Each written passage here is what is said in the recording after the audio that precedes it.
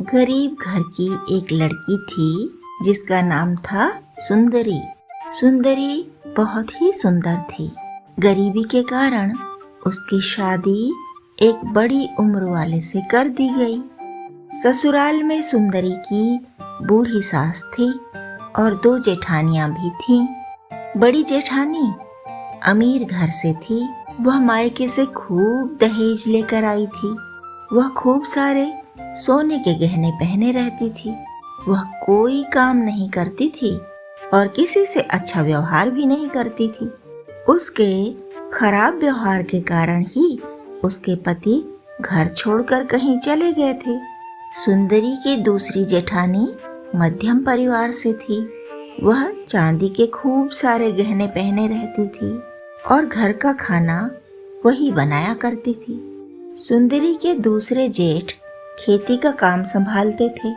वे सीधे साधे इंसान थे। घर के झगड़े उनकी समझ में बिल्कुल नहीं आते थे। वे खेतों में ही अधिक रहते थे। घर पर कभी कभार ही दिखाई देते थे। सुंदरी के पति बागवानी करते थे और घर के सब फैसले माँ पर छोड़े रखते थे। सुंदरी की सास अपनी बड़ी बहू से कभी कोई काम नहीं कहती। जब से सुंदरी वहाँ ब्याह कर आई थी, सारे काम सुंदरी से ही करवाया करती थी। जेठानी उसे हर समय ताने मारती क्योंकि वह गरीब परिवार से आई थी।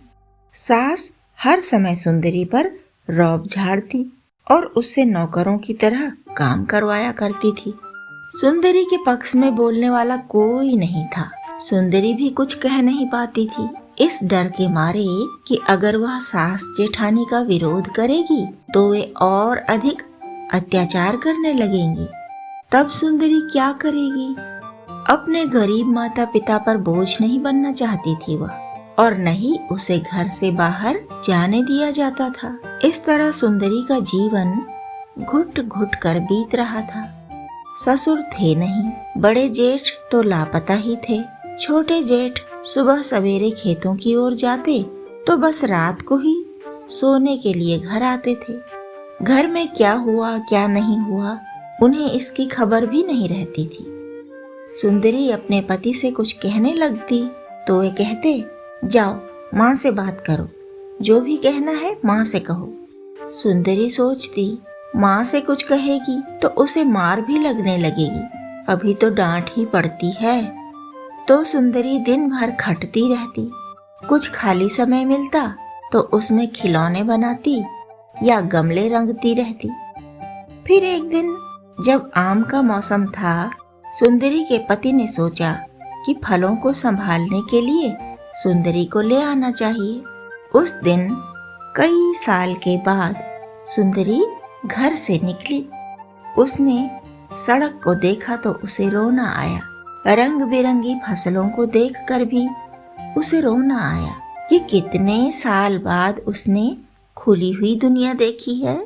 फिर वह अपने पति के साथ बागवानी के काम पर रोज जाने लगी। वह उगते सूरज को देखती, उसे बहुत आनंद आता। फूलों और फलों के भरे खेत और तितलियां देखकर उसे इतनी खुशी मिलती कि वह पिछले सब दुख भूल जाती थी। एक दिन सुंदरी के पति बीमार हुए और उनकी मृत्यु हो गई। उसकी सास जेठानी रोती और सुंदरी को कोसती, लेकिन सुंदरी उनकी बातें सुनी अनसुनी करके बागवानी की खुली दुनिया में हमेशा खुश रहती थी।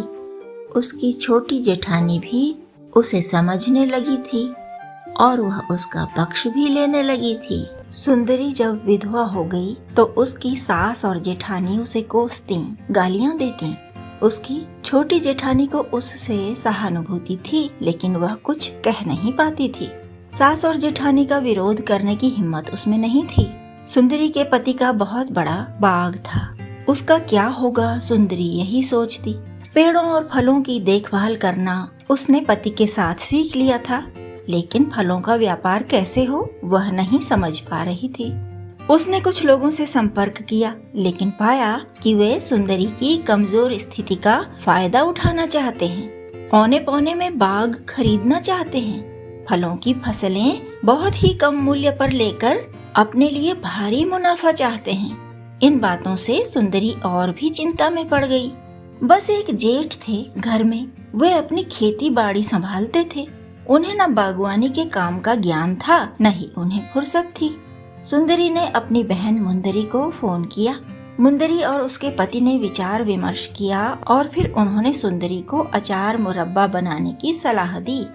सुंदरी ने विचार किया, गांव की अनेक महिलाओं से पूछताछ करी कि उन्हें अचार मुरब्बे आदि बनाने का कितना ज्ञान है और कारोबार में लगाने के बारे में भी बात की।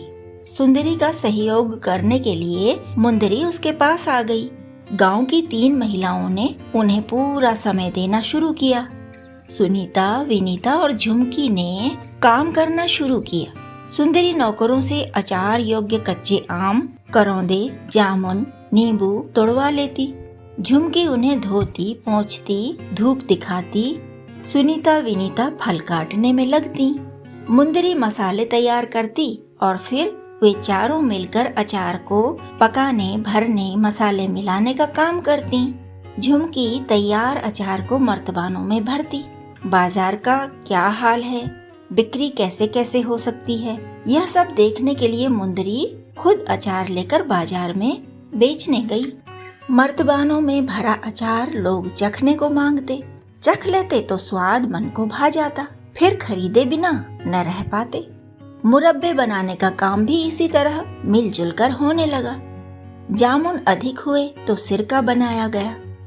झुमकी, सुनीता और विनीता के पति भी और बच्चे भी उनका सहयोग करने लगे थे, क्योंकि सुंदरी सबसे बहुत अच्छा व्यवहार करती थी। अच्छा वेतन मिल रहा था तो सब खुश थे। अचार की अधिक मात्रा बनती तो उन महिलाओं के परिवार के सहयोग से वह भी बिक जाता। घर का काम परिवार वाले खुशी खुशी आपस में बांट कर लिया करते। सुनीता, विनीता और झुमकी अपना पूरा परिश्रम सुंदरी के कारोबार को दे रही थीं। उधर मुंदरी के पति ने भी अपना घर और बच्चे मुंदरी के बिना संभाल लिए थे। मुंदरी कुछ पैसे घर भेज देती थी। उसकी सहायता से कुछ काम दूसरे लोगों से ले लिए जाते। सबका घर मजे से चल रहा था। कारोबार बढ़ता ही जा रहा था। सुंदरी बाग से फल तोड़वा कर छांटती बांटती।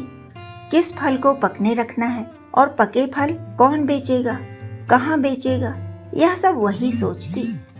काम करवाने के लिए उसके पास 8 हाथ महिलाओं के थे और पुरुषों बच्चों के भी बहुत से हाथ हो गए थे। दिन भर पतीलों में अचार पकता, मसाले पिसते, फल कटते, धूप दिखाए जाते, बरनियों में अचार भरा जाता। मुंदरी ने बिक्री का अच्छा अनुभव पा लिया था। फिर उसने सुंदरी के सहायकों को समझाया कि कहाँ कहाँ कितनी कितनी देर वे अचार की दुकान लगाएं ताकि अधिक अचार बिके। कुछ महिलाएं पापड़ बनाती और बिक्री के लिए सुंदरी के यहाँ दे जाती। सुंदरी की सास और जेठानी ने बहुत कोशिश की कि सुंदरी के कारोबार का मजाक बनाएं, उसकी असफलताओं की हंसी उड़ाएं, लेकिन ऐसे अवसर उन्हें मिले ही नहीं। उनके तानों की सुनी अनसुनी करके सुंदरी अपने काम में जुटी रहती। अब उसके यहाँ सॉस और चटनी भी बनने लगे थे। दिन प्रतिदिन उसका कारोबार फूलता फलता गया। मुंदरी बीच बीच में कुछ दिनों के लिए अपने परिवार के पास जाती और फिर बहन के घर लौट आती। इस तरह सुंदरी के कारोबार में कोई ढिलाई नहीं हुई। सुंदरी के घर का हाल सुनीता, विनीता और झुमकी की समझ में आ ही गया था। वे तीनों कभी भी अचार का सामान खुला न छोड़ती। कोई न कोई सामान के पास बनी ही रहती, इसलिए कि कभी कोई हानिकारक वस्तु उसमें मिला न दे कोई। उन सब की सावधानी से कोई बर्बादी नहीं हुई। सास जेठानी मन महसूस कर रह जाती। हाँ, बस एक छोटी जेठानी थी उसकी, जो उसका कारोबार बढ़ते देखकर खुश होती थी और सुंदरी को प्रोत्साहित भी करती थी। जब आवश्यकता होती तो वह भी सुंदरी का सहयोग कर देती। इस तरह सुंदरी का कारोबार तो बढ़ता ही रहा, उसके लिए परिवार का सुख भी बना रह गया।